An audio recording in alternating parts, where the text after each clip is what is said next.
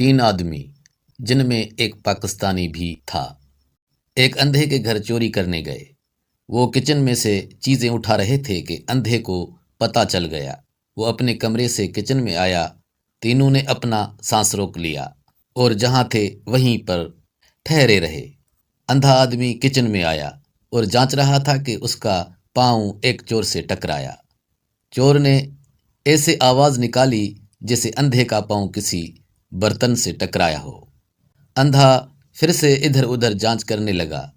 اب اس کا پاؤں دوسرے چور سے ٹکرایا تو اس چور نے بھی چالاکی سے ایسی آواز نکالی جیسے چاول گرے ہوں۔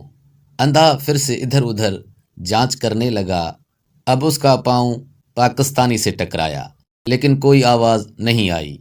اندھے نے پھر اسی جگہ پاؤں مارا لیکن پھر بھی پاکستانی نے کوئی بھی آواز نہیں نکالی۔ اندھے نے شک کو یقین میں بدلنے کے لیے اپنی پوری قوت سے پاکستانی کو ٹھوکر ماری۔ پاکستانی گھبرا گیا اور چلا کر کہا، جاہل آدمی، آٹا ہوں، آٹے کی آواز نہیں ہوتی۔ دیکھنے اور سننے کا بہت بہت شکریہ۔ اللہ حافظ۔